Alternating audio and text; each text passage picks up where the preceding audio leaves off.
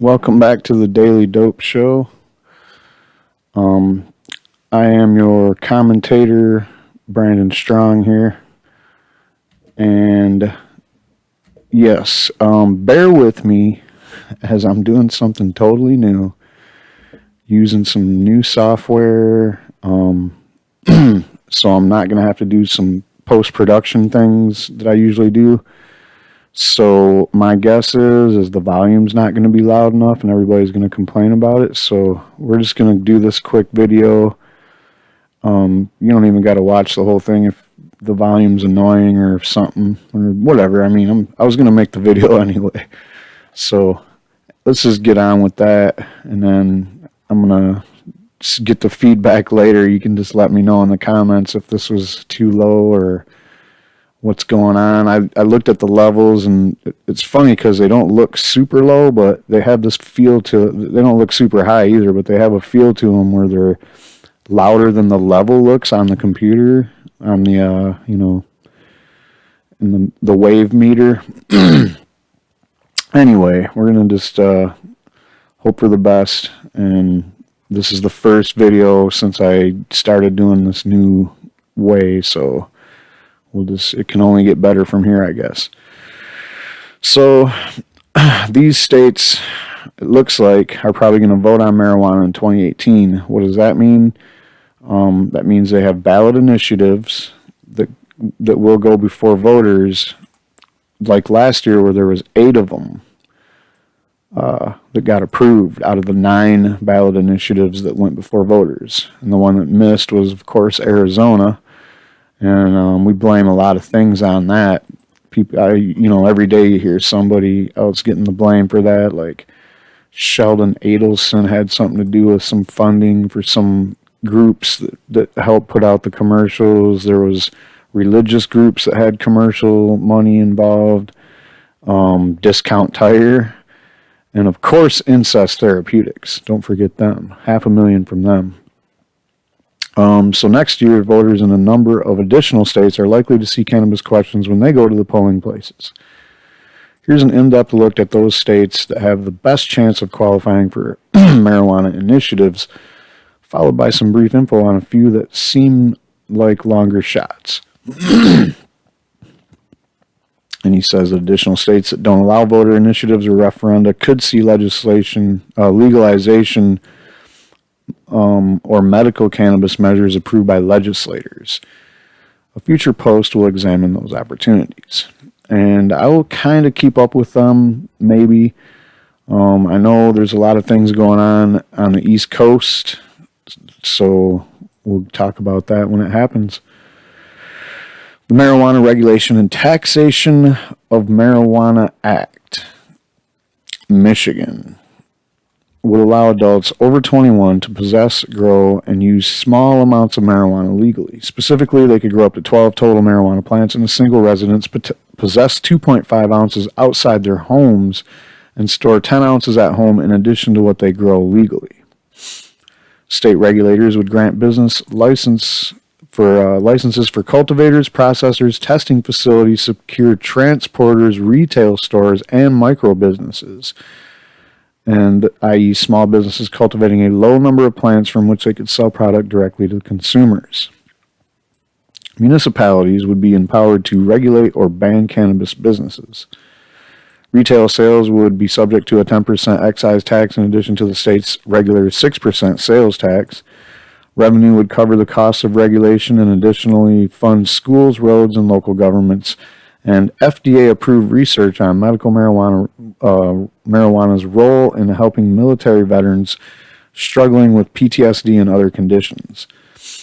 Passed to the ballot. Organizers need to collect 252,523 valid signatures from registered voters to qualify the measure, but because voters sometimes sign petitions incorrectly and signatures are disqualified, organizers are aiming to collect a total of 366,000. In October, the campaign announced it was 95% of the way towards that goal. Who is behind the campaign? The Coalition to Regulate Marijuana Like Alcohol is organized by Washington D.C.-based Marijuana Policy Project, which has spearheaded many previously successful cannabis initiatives. MPP worked to garner buy-in for the effort from grassroots activists with My Legalize, who narrowly failed to qualify a legalization measure for the state's 2016 ballot. Polling. Several surveys have shown majority support for legalization, including one this May that found likely voters back ending prohibition by a margin of 58% to 36%. Another Michigan measure, a second legalization campaign, is also collecting signatures, but the team behind it doesn't appear to have the funding it will likely take to qualify their measure for the ballot. He's talking about obviously abrogate prohibition, and perhaps funding might be one issue. I really think it's just a matter of getting the word out, and I'm going to keep pressing that to people that might be from Michigan that's watching my videos, especially ones that have anything to do with Michigan, is try to do whatever you can to educate people about abrogate prohibition. There's no, nothing we can hope for except for trying to educate people ourselves anymore. No matter how much publicity it seems like abrogate gets, they just don't have a way to reach those, 280 plus thousand medical marijuana card holders and all the other people in Michigan that wants to, legalize recreational or whatever. This is more of an ending prohibition type thing here, is what abrogate is, because with all these legalization plans, and this one included, it seems like there's room for the police to still make arrests, the police to be involved in the regulations, enforcement of the codes, and quite frankly, if this passes, you'll see arrests go up for people that are under 21, because that'll be like where the old prohibition still remains. I mean, even there, penalties are a little bit, more lenient than felonies and shit like that under my legal or under this regulate like alcohol. So that's Michigan. If you watch my channel enough, you'll know I stay with the information going on with Michigan quite a bit. Whenever anything really big happens, I will keep you updated. So Missouri, a proposed constitutional amendment would allow doctors to recommend medical cannabis for any condition. Qualified patients, after getting physician approval, would receive identification cards from the state that last for 1 year, subject to renewal. Patients and their primary caregivers would be allowed to cultivate up to 6 marijuana plants and purchase at least 4 ounces of cannabis from dispensaries on a monthly basis. The state would issue licenses for medical cannabis cultivation, testing, infused products manufacturing, and dispensing businesses. The measure sets up a 4% retail tax on medical cannabis sales, which, with all revenues going towards services for military veterans after implementation and regulation costs are covered. Organizers need to collect 160,199 valid signatures from registered voters to qualify the measure. As of late September, the campaign had collected nearly 75,000 raw signatures. Who was behind it? New Approach Missouri is working to put the measure before voters. The organization narrowly failed to qualify a similar measure for the 2016 ballot, which I reported on, and really what it was that they got screwed by the people that qualified signatures, but whatever. They missed by a really small number, and it was kind of like, oh, okay, whatever. But whatever. We're glad to see them finally get to vote on this. And I'm not saying they're definitely gonna. Seems like they still got a ways to go, but I guess if Tom Angel is writing about it in a positive light, saying that this is a pretty good chance. And from what I did meet these guys when I was in Missouri earlier this year when the eclipse was going on. They sounded pretty confident. It sounded like they were pretty much sure that they were going to have more than enough signatures this time. A number of polls have found a majority of support for medical cannabis, including a July 2016 survey showing voters favor an earlier proposed ballot measure by a margin of 62% to 27%. There's other things going on in Missouri, like a second medical cannabis constitutional initiative being organized by physician, lawyer, and former lieutenant governor candidate Brad Bradshaw. It appears it may qualify as well. His campaign said it already has collected nearly 150,000 signatures.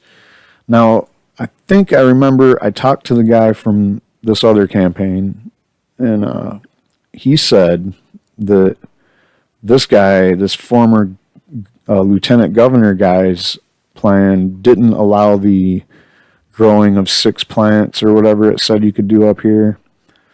Yeah, you could cultivate up to 6 plants and purchase 4 ounces. I guess his numbers are different, but you can't grow your own unless...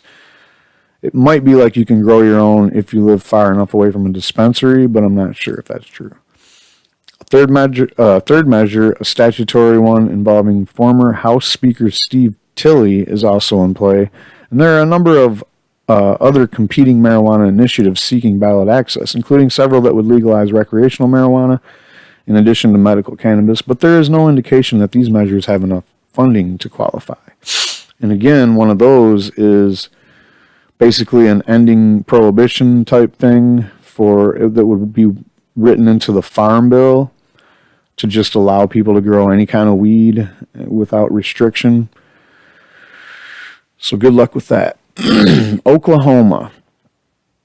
Now, I did do a report about this when it happened.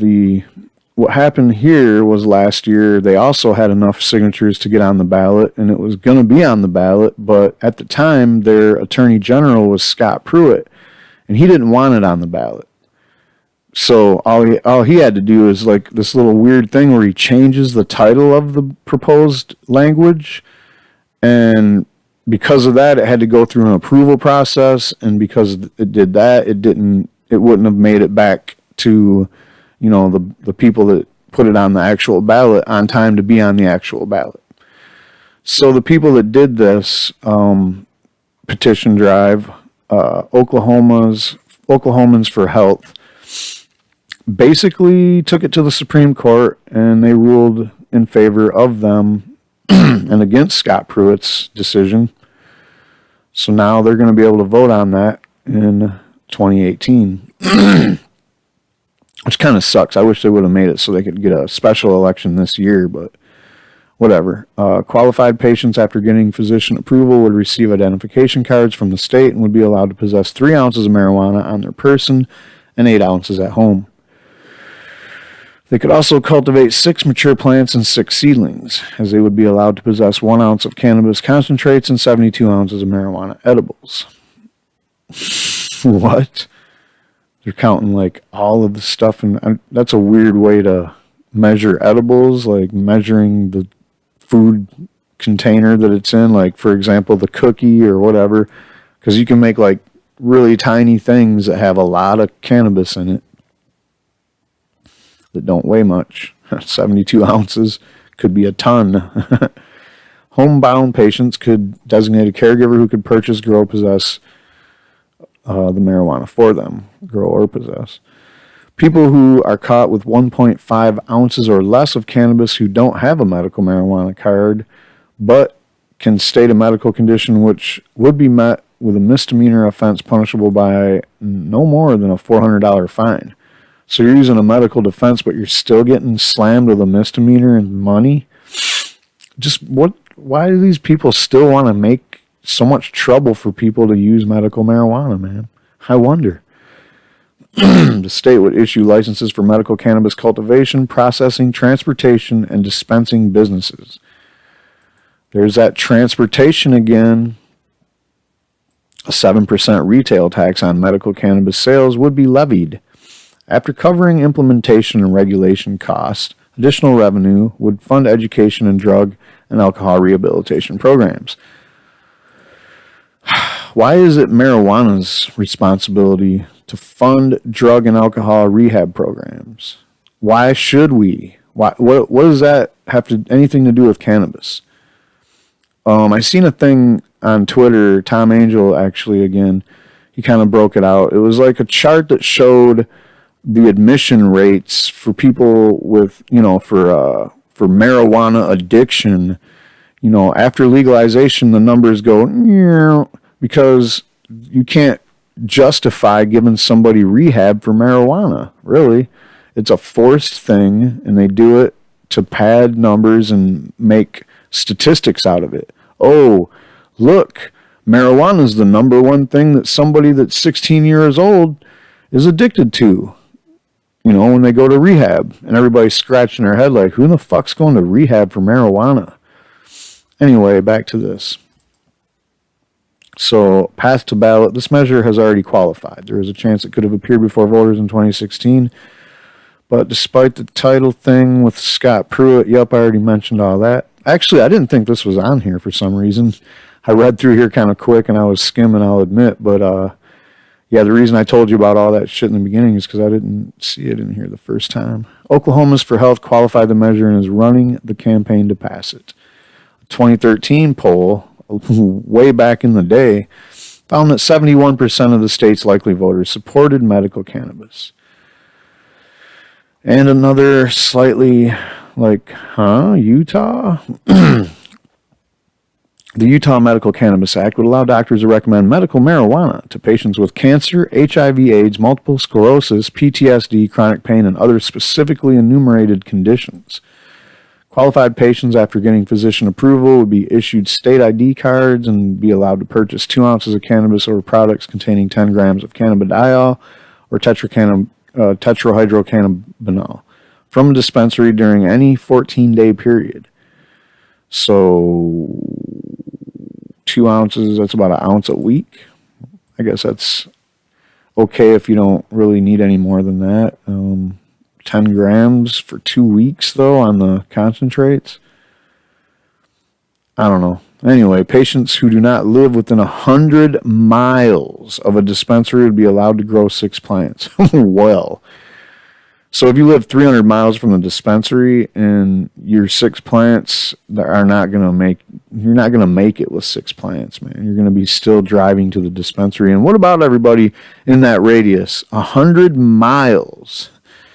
I guess the gasoline people wanted their cut, huh? The measure would create an affirmative defense that could be used by patients before identification cards become available. This thing sounds like this is going to be rife with black market activity, and it probably already is. Smoking medical cannabis would not be allowed. Oh, come on.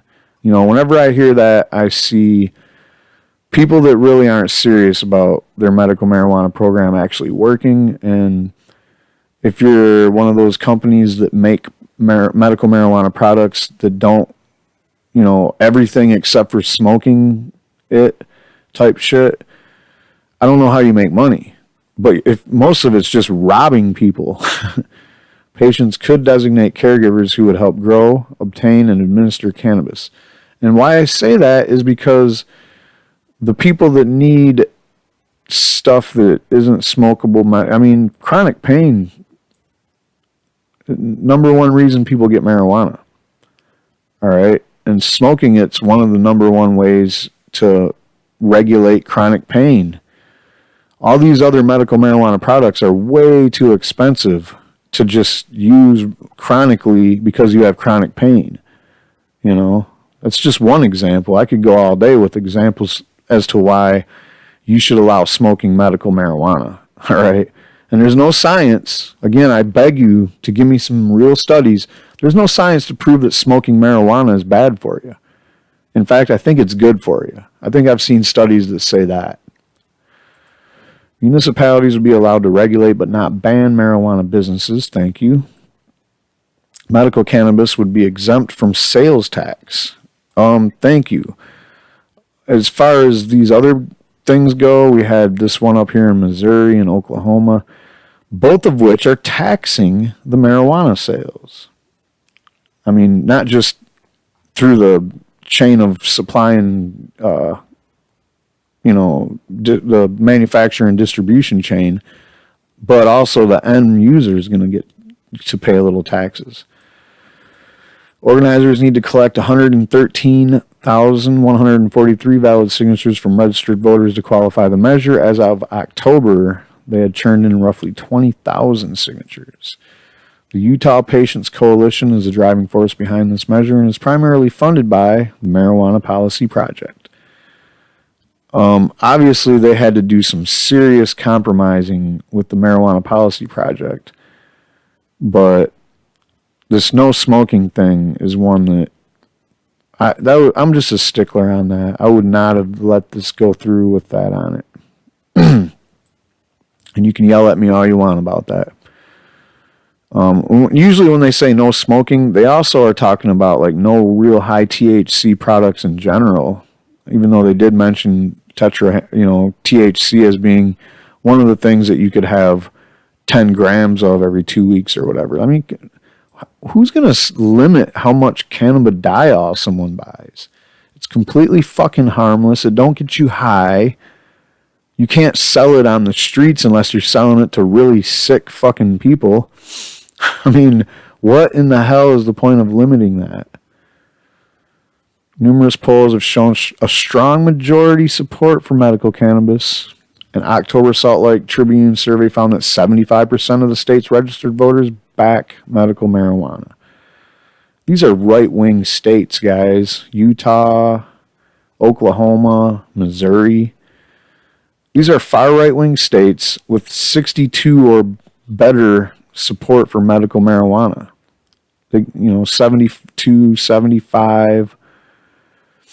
Other possibilities. Commonwealth of the Northern Mariana Islands. Lawmakers in the U.S. territory are considering legislation that would place a measure legalizing marijuana and allowing medical cannabis before voters in 2018. Good luck with that. That sounds like one of the best ones so far. I haven't looked at it. Don't know what it involves, but just let the voters decide. And then the regulations, I think you can figure out a way to let voters have a say in that shit too. I know they don't give a fuck about it in Michigan. State legislators are considering putting a marijuana referendum on the ballot so voters can decide to enact legalization in Maryland. So I guess Connecticut and Rhode Island, Connecticut and whoever else over there on the East Coast, New Jersey. We'll talk more about them later. Some lawmakers in the state of Rhode Island have in years past floated the idea of placing a non-binding legalization referendum on the state ballot so that voters could weigh in on the issue. Activists prefer for the legislature to simply pass a bill to end prohibition. But if that doesn't seem possible as the 2018 season goes on, they may pursue the referendum approach. If a referendum were to pass, lawmakers would likely feel increased pressure to enact a bill in 2019. In other words, like a lot of places that haven't legalized marijuana yet or barely even decriminalized and don't really have a very good medical program, if at all, they're just doing whatever they can. They're doing these slow rolls and these studies and whatever, referendums. The translation is, we're just going to just slow down and not legalize marijuana for as long as humanly possible. And a lot of these are because they don't have ballot initiative opportunities like we do in Michigan and some of these other states. South Dakota activists with New Approach South Dakota are circulating petitions for 2 ballot measures, one to allow medical cannabis and one to legalize recreational marijuana. So that's all I got for this story. This is a little different for me doing videos like this, but I guess I'm going to have to get used to it too because I can't see anything I used to be able to see, so I feel like I'm totally just looking at a web page talking into a mic. And I don't even see the video. I don't know how much time it's been so far. But bear with me and we'll all get used to this shit together. And I guess if the volume's too low, I'm going to have to get an amp or a better amp. I got an amp and it's shit, so maybe I'll have to just get a better amp.